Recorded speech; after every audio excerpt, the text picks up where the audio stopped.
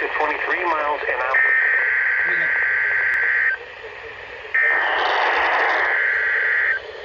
Oh boy.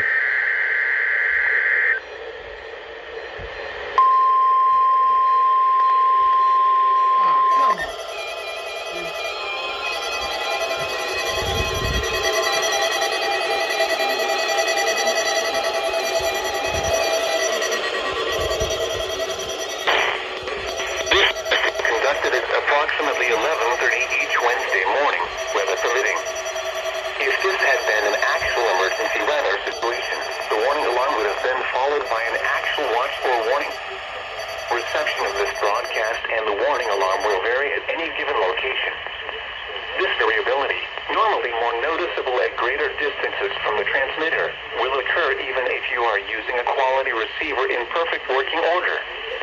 To provide the most consistent warning service possible, the warning alarm will normally be activated for warnings in selected places within a 40-mile radius of your transmitter.